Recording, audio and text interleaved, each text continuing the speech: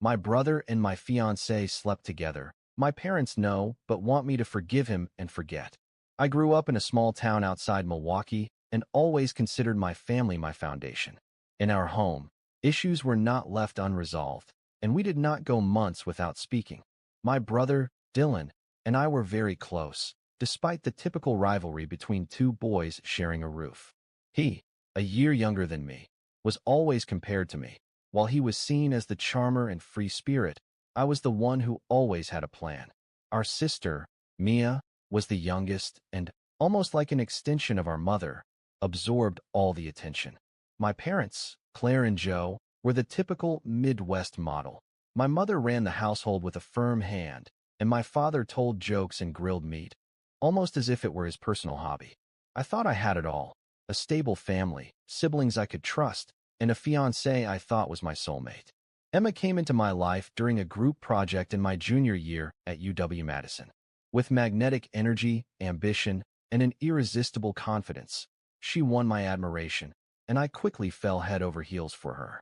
By the end of the semester, we were a couple, and, although the relationship felt like a whirlwind, I did not question anything because everything seemed perfect. I imagined a future full of accomplishments, children, and a life together. One November, on a crisp autumn night, I proposed, simply, and she accepted. So we began planning a wedding for the following summer, believing that I was finally starting the life I had always dreamed of. However, in March, everything fell apart. On an ordinary Friday, during a slow shift at work, I decided to surprise Emma with her favorite food to spend the evening together. When I arrived at our apartment, something was not right. Her slippers were by the door, but the silence was almost absolute, except for soft giggles coming from the bedroom. I thought maybe she was watching a funny video or was on a call, but when I opened the bedroom door, my world crumbled. There they were, Emma and Dylan, entangled in bed. Emma was wearing the oversized t-shirt I had given her for Valentine's Day, the one with the cheesy heart print. The evidence was undeniable. They both froze, like deer caught in headlights. The silence in the room said it all. Dylan, my own brother, had the nerve to try to explain himself, saying, "It is not what it looks like." I looked at him, almost laughing at the absurdity of the situation. Emma did not say a word and quickly covered herself with the blanket, as if that could erase what had happened. Without yelling or asking questions, the evidence was clear. I ordered Emma, in a calm but firm voice, "Pack your things and leave."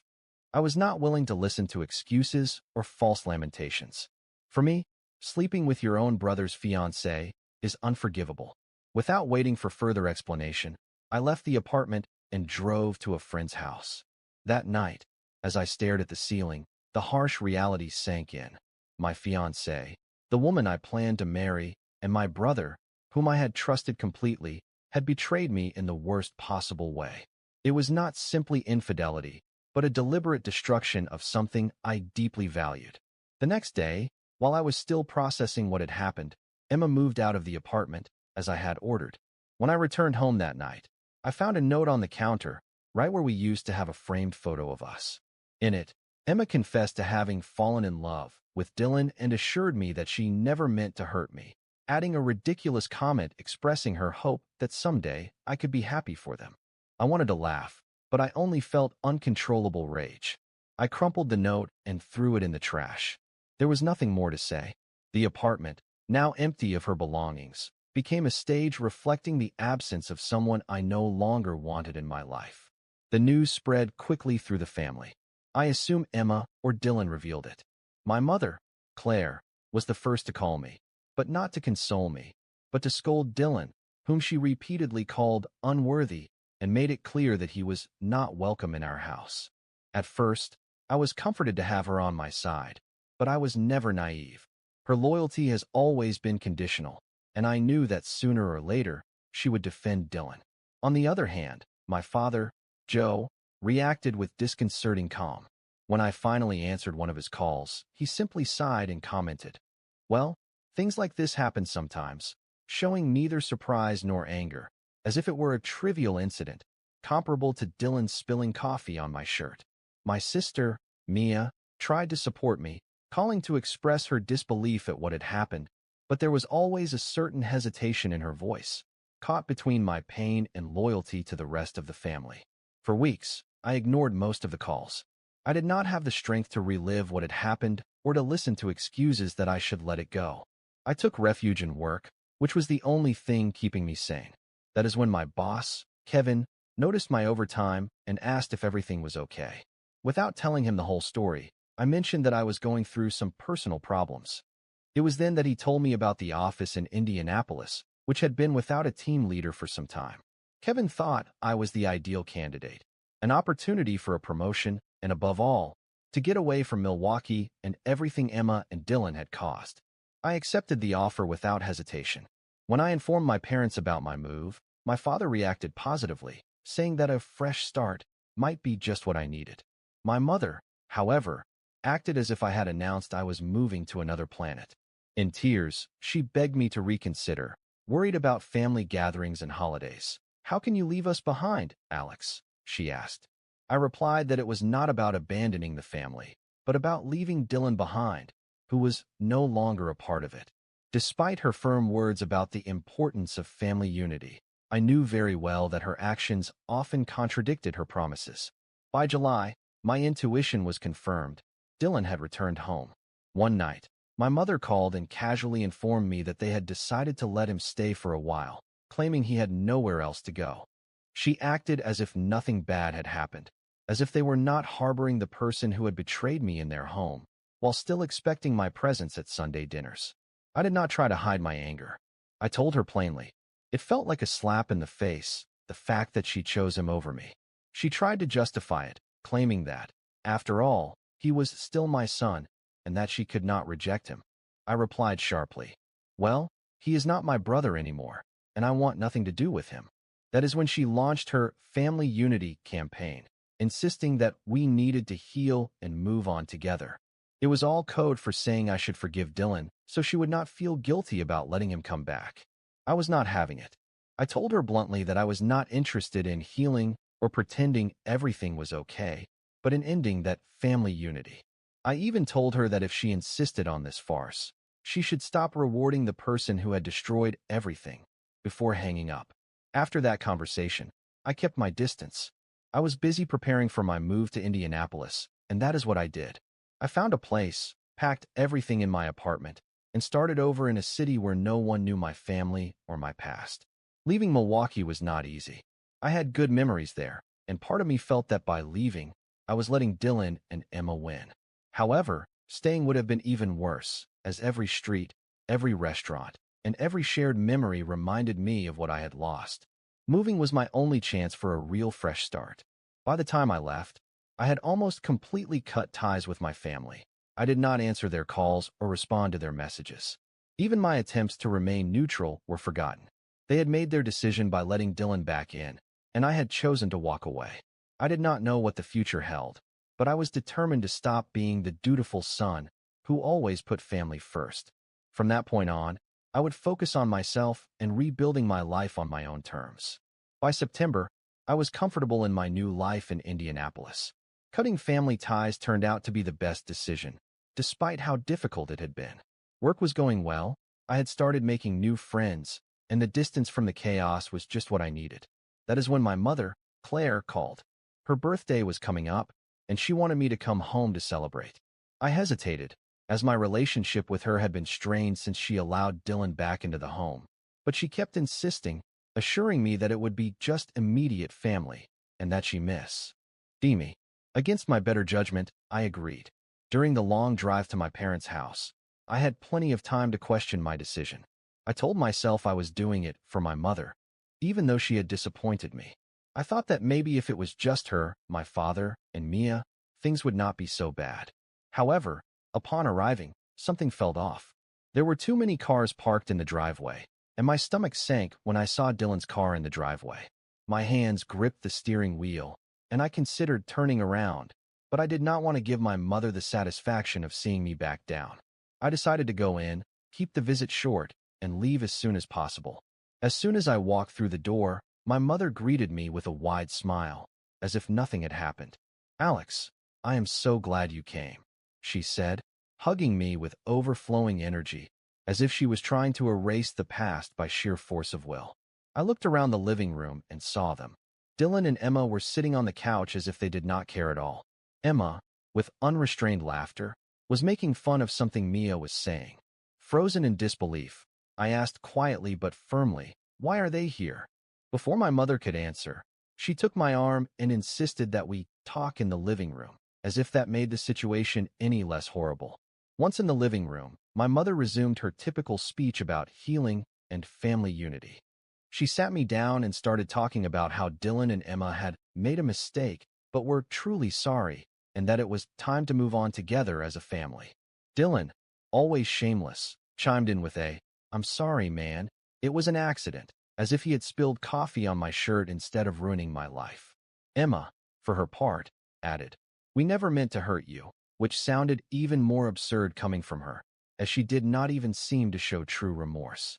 I watched them, trying to discern if they believed their own excuses. The idea that everything could be fixed seemed almost laughable to me. I leaned forward, looked Dylan straight in the eye, and said, "You are a pathetic excuse for a brother." Then I turned to Emma and said, "I hope he cheats on you.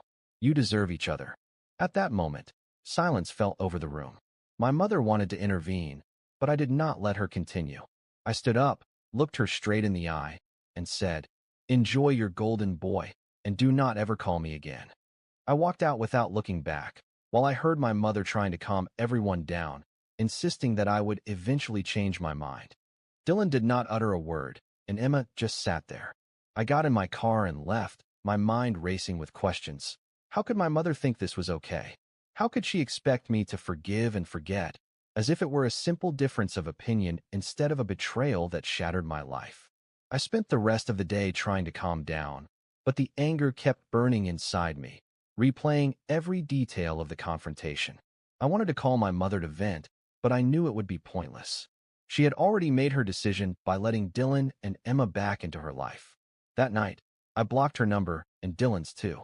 Even though he had not contacted me in months, I was convinced that sooner or later, he or Emma would try to make amends, and I did not want to deal with that. For weeks, during that time, I buried myself in work, which became my refuge. My colleagues probably thought I was especially dedicated, but in reality, it was my way of channeling my frustration. I even stopped checking social media, because seeing pictures of my family only reminded me of what had happened. I told myself I would be better off without them. Although the pain was still palpable, knowing that the people I trusted most had let me down so completely. Over time, I started to feel a little better. The distance helped, and little by little, I rebuilt my life. I convinced myself that I did not need them and that I could create my own version of family, surrounded by people who truly cared about me. However, deep down, I knew this was not over. My mother was never one to give up, and I had a feeling she would find another way to involve me in her family drama. For now, I preferred to stay away and focus on myself. Let them live in their denial about what Dylan and Emma had done. I, for one, preferred to be alone than surrounded by people who did not value me. January arrived, and my life in Indianapolis became everything I had dreamed of. Being away from the chaos my family had created was revitalizing. I no longer woke up filled with anger. I had the space to breathe, think, and focus on myself. It was then that Sarah, a distant cousin, sent me a message, marking a new chapter in this ever-evolving story. I barely knew Sarah. We had only met at a few family gatherings over the years, and on those occasions, we barely exchanged a few words. So when, out of the blue, she sent me a message saying that she was moving to Indianapolis and needed help settling in, my skepticism was immediate. Initially, I considered ignoring her message. My experience with family had taught me, time and again, that getting involved in their affairs, even indirectly, could be a mistake. However, something in me felt sorry for her, as Sarah had not done anything to me personally. Perhaps she did not even know the complexity of the situation that had developed between us. Besides, she seemed genuinely nervous about moving alone to an unfamiliar city. Against my better judgment, I agreed to help her. The appointed weekend arrived, and I headed to the address she had sent me, a small apartment complex in a quiet part of town. Everything seemed normal until, as I parked my car, I spotted a U-Haul truck and two familiar figures unloading boxes, Dylan and my father. For a moment, I froze, gripping the steering wheel tightly, my knuckles turning white. My instinct urged me to leave without looking back, but before I could, the building's front door opened, and my mother appeared. She recognized me instantly and gestured as if we were in the middle of a family reunion, not a stage trap. "Alex, wait," she shouted as she ran towards my car. I put the car in park and got out, but without getting too close. "What the hell is going on?" I asked, pointing to Dylan and my father, who were standing by the truck, uncomfortable and unsure of what to do. My mother, with her typical, "we want to be reasonable" look, began talking incessantly, explaining that Sarah needed help and that it made sense for the family to come together. However, it was obvious that this was not about her, but a new tactic to force me into reconciliation. Dylan, always with his empty apologies, stepped forward, tears welling up. "I am sorry, Alex," he said, his voice trembling, as if he were auditioning for a play. "I know I messed up, and I just want to make amends." I looked at him impassively. I had heard that same speech at my mother's birthday party, and there was nothing more pathetic than his performance. That is when my father intervened. "Alex, come on," he said with an irritating mix of exasperation and condescension, the same one he always used when he thought I was being irrational. "Are you still holding on to this grudge? It is tearing the family apart. The man you are supposed to be." Hearing him tell me that I should be the bigger man, as if Dylan's mistakes were simple misunderstandings, made me lose my temper. He had no idea what it was like to feel a brother's betrayal, to lose not only a relationship, but also trust in the people closest to you. When my father approached and put a hand on my shoulder, I reacted instinctively. My fist crashed into his face before I realized what I was doing. The blow resonated sharply, and for a brief moment, everything seemed to stop. My father recoiled, clutching his jaw, looking at me in astonishment. Dylan seemed to wish he could disappear, and my mother, predictably, burst into tears. "Alex," she sobbed. "How could you?" Dylan muttered something about me having gone too far, but I was no longer in the mood to argue.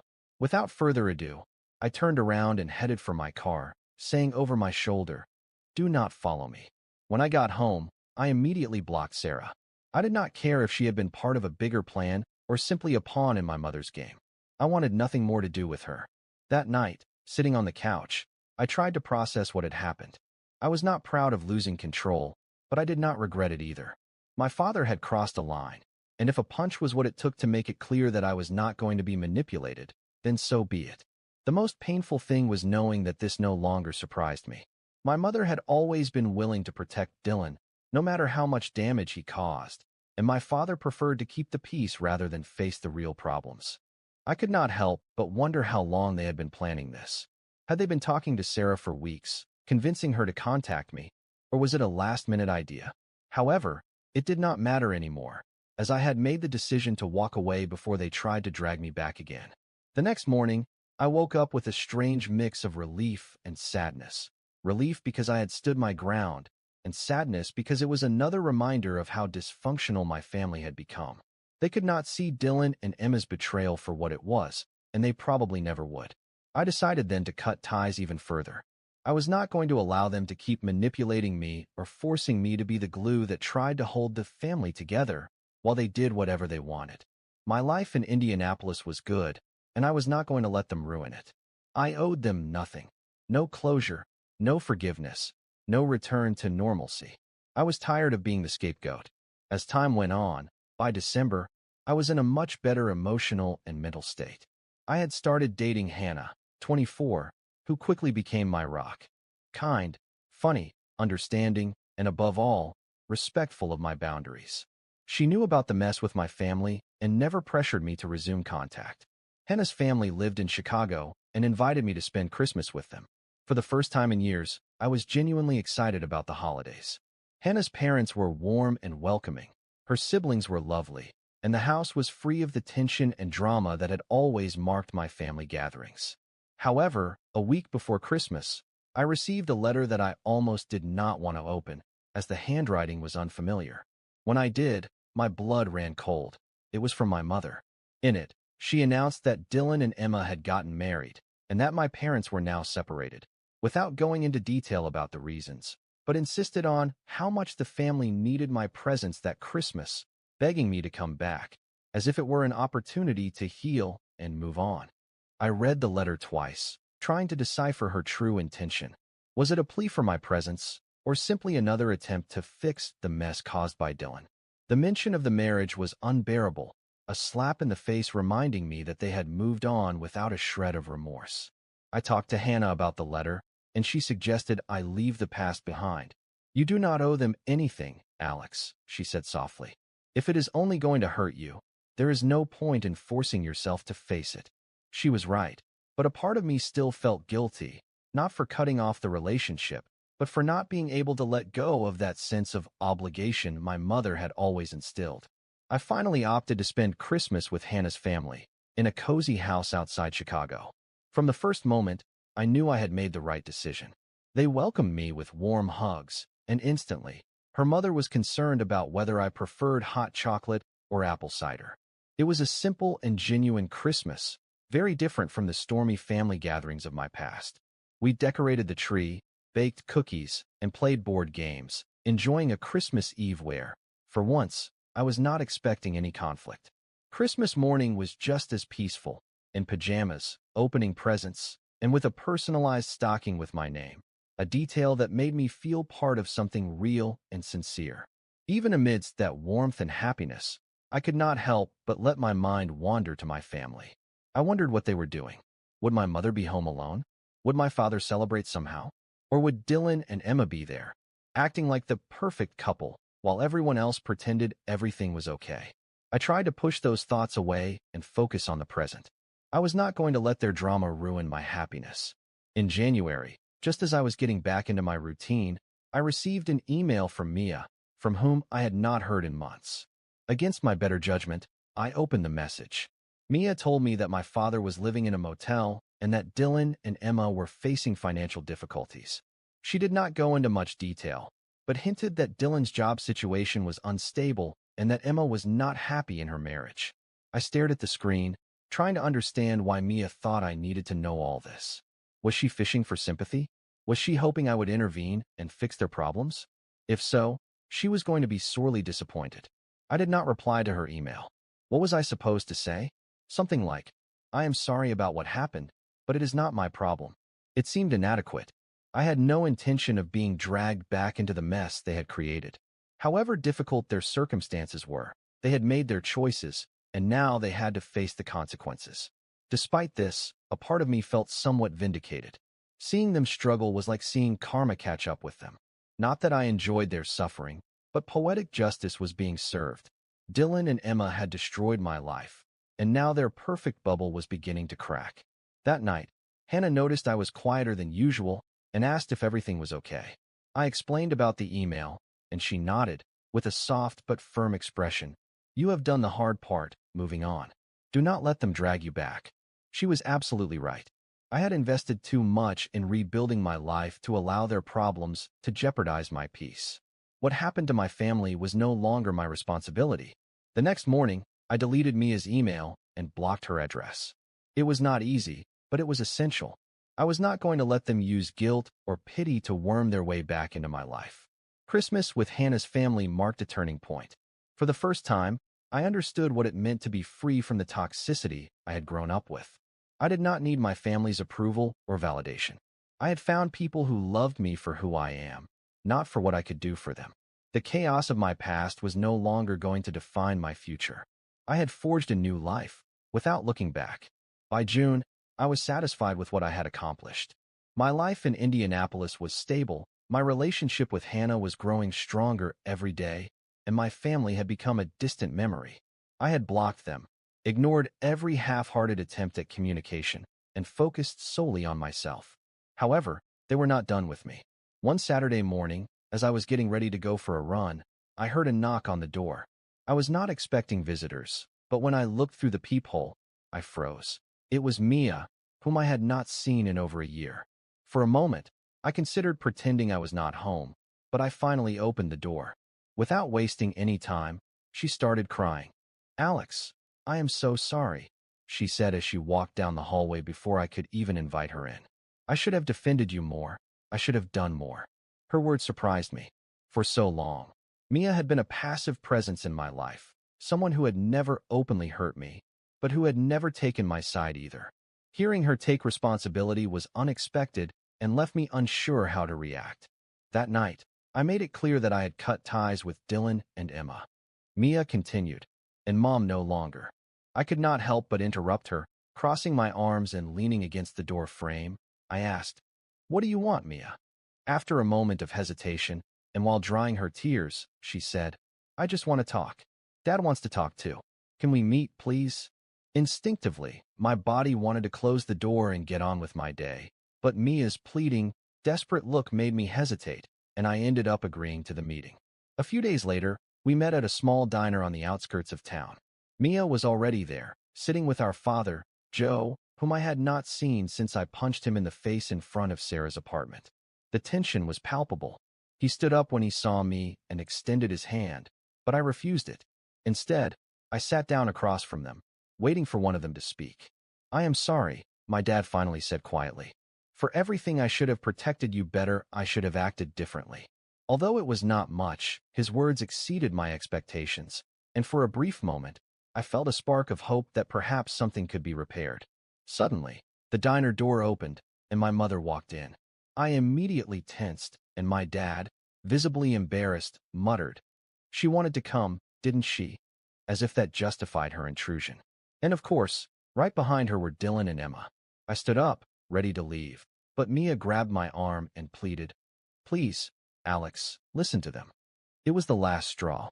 I stood up again and, interrupting my mother before she could speak, I told her in a cold, firm voice, "You are no longer my family. If you are looking for forgiveness, look elsewhere. I am done." I left some coins on the table for my coffee and walked out, ignoring the shouts and pleas that followed me. At that moment, I realized there was no turning back. They could plead, cry, or beg, but I was no longer the scapegoat for their dysfunction. At 28, I feel like I have lived several lifetimes since the family chaos began. Looking back, it almost seems like it was all part of someone else's life, but the scars remind me that it was very real. The good news is that I have come out of that situation stronger, wiser, and surrounded by people who truly love me. Last year, Hannah and I got engaged in a simple ceremony at our favorite park in Indianapolis. We did not need a grand gesture, for I had learned that true love does not require spectacle. When I proposed, she cried and instantly said yes. That moment was the last piece of the puzzle I had been trying to put together since everything fell apart. Hannah, my fiancée, is my partner in every way, and with her, I feel secure in a way I never imagined after what Dylan and Emma did. The biggest news is that we are expecting our first child, a boy. Every time I think about holding him for the first time, a mix of excitement and nervousness washes over me. I never imagined being ready for fatherhood after the chaos of my childhood, but Hannah's confidence in us gives me hope. We will do everything we can to give our son a life full of love, respect, and stability, something I never had. One of the first steps to completely cutting ties with my family was changing my last name. I did not do it right away, as I feared it would be too drastic or meaningless, but over time, I realized that my last name was an anchor to the past, and I was ready to let it go. It was a strange feeling standing in the courthouse, filling out the forms. When the judge approved it, I felt an unexpected relief, as if I was finally closing a door I had been afraid to open completely. I chose a surname that was meaningful to me, linked to a personal hero rather than my family tree. Hannah fully supported me, even joking that she would take my new last name once we got married, stating that we were going to create our own legacy. That idea of forging something new, separate from all the pain and betrayal, became my priority. Since cutting ties with my family, I have received snippets of what has happened in their lives, not out of self-interest, but because mutual acquaintances sometimes mention details. Update: my parents have officially separated. My dad now lives in a small rental on the outskirts, and my mom is still in the family home, trying to keep up appearances. Dylan and Emma have suffered the consequences of their actions. They are in debt, and their marriage is increasingly unstable. The irony is undeniable. After destroying me, they are now the ones struggling to stay afloat.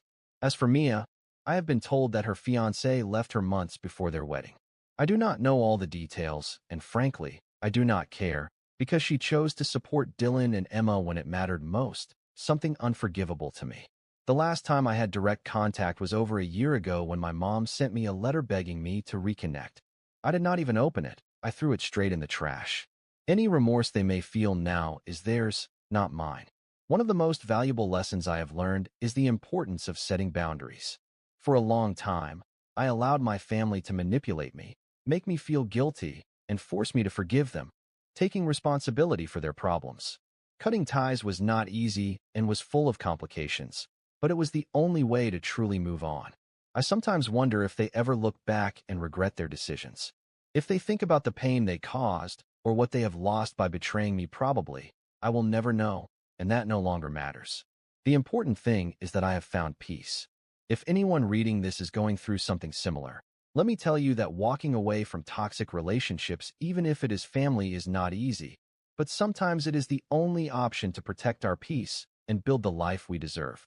We are not obligated to keep people in our lives just because we share DNA.